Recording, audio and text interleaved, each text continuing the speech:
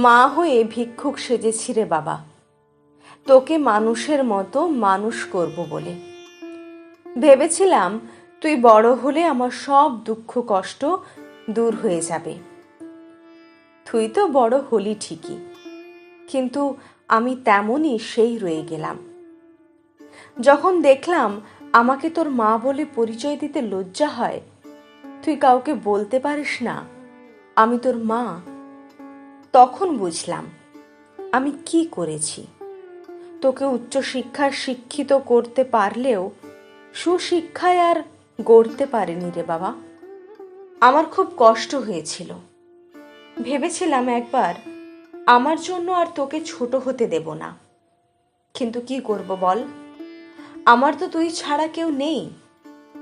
এই বুড়ো বয়সে কার কাছে যাব?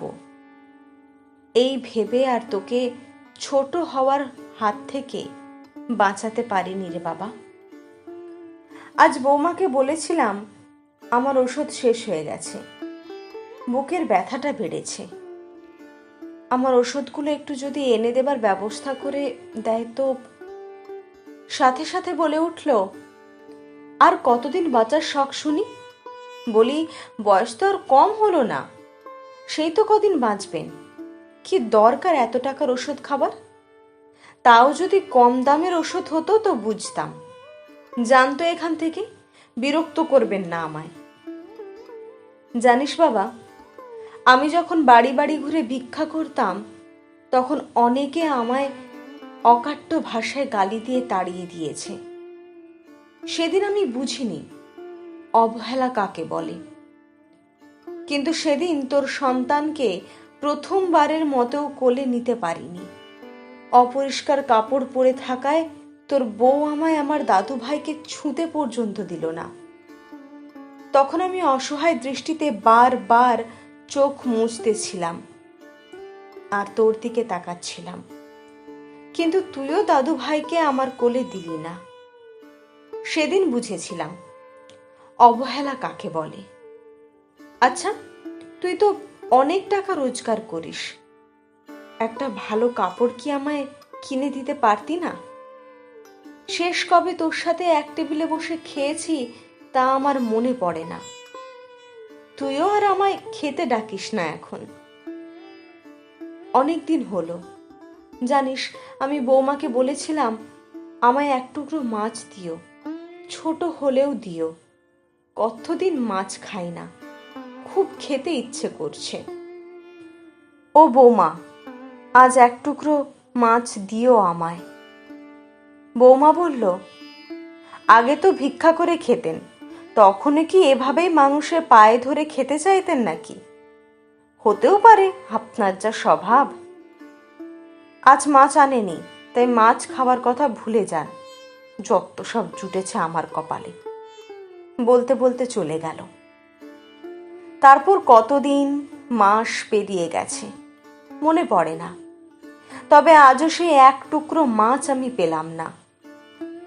এখন আর কিছু খেতে ইচ্ছে করে না, তাতেও আমার দুঃখ নেই, তোর সাথে থাকতে পারছি এই অনেক। আরো অনেক কিছুই ছিল লেখা, পড়ার আর শক্তি ছিল না। শেষের পাতা উল্টোতেই চোখে পড়ল কয়েকটা লাইন লেখা। আজ বৌমা তোকে বলছিল আমাকে যদি বৃদ্ধাশ্রমে না দিস তো তোর সাথে নাকি বৌমা আর থাকবে না। আমি তোকে ছাড়া থাকবো না রে বাবা, আমার যে খুব কষ্ট হবে, তোকে না দেখে কিভাবে থাকবো, ভাবতেই বুক ফেটে কান্না আসছে রে আমার। আমি তোকে অনেকবার বললাম আমায় তোর কাছে রাখতে, কিন্তু তুইও আর আমার কথা শুনলি না, আমায় পাঠিয়ে দিলি বৃদ্ধাশ্রমে। অনেকদিন তোকে দেখি না, খুব দেখতে ইচ্ছে করছে তোকে।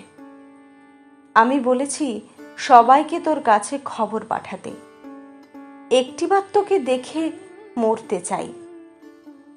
আমি আর বাঁচবো না রে, আর তোকে জ্বালাবো না, একটিবার আয় তুই, তোকে দেখার বড় ইচ্ছে আমার।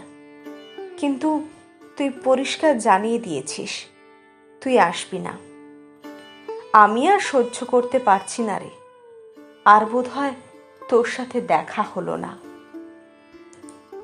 আমার যদি সাধ্য থাকতো তো আমি সব বাবা মাকে বলতাম, তোমরা কেউ আমার মতো ভুল করো না, সন্তানকে শিক্ষিত বানাতে গিয়ে হারিয়ে ফেলো না যেন।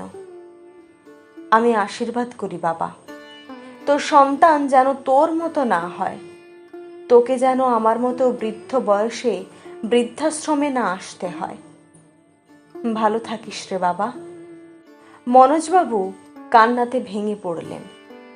মায়ের লেখা শেষ ডায়েরিটা বুকে জড়িয়ে ধরে কাঁদতে লাগলেন। 1 মাস আগে মনোজবাবুর মা মারা গেছেন। আজ সকালে তাকে বৃদ্ধাশ্রম থেকে জানানো হয় ডায়েরিটার কথা। মনোজবাবু প্রথমে না বললেও পরে যখন লোকটি জানালেন এটা আপনার মায়ের শেষ ইচ্ছে ছিল, সে মারা যাওয়ার আগে বলে গিয়েছেন ডায়েরিটা যেভাবেই হোক আপনার কাছে পৌঁছে দিতে। এ কথা শুনে তিনি এসেছেন ডায়েরিটা নিতে। কৌতূহল কমাতে না পেরে হাতে পাওয়া মাত্রই পড়া শুরু করেছেন। মনোজবাবু ডায়েরিটা বুকে জড়িয়ে গাড়িতে এসে বসলেন আর ভাবতে লাগলেন তার মায়ের কথা। কত সুখেই না ছিল মা ছেলে। ভাবতে ভাবতেই চোখ দুটো ভিজে এলো তার। আমরা সবাই শিক্ষিত, কিন্তু তা সুশিক্ষায় নয়, পুঁথিগত বিদ্যায়।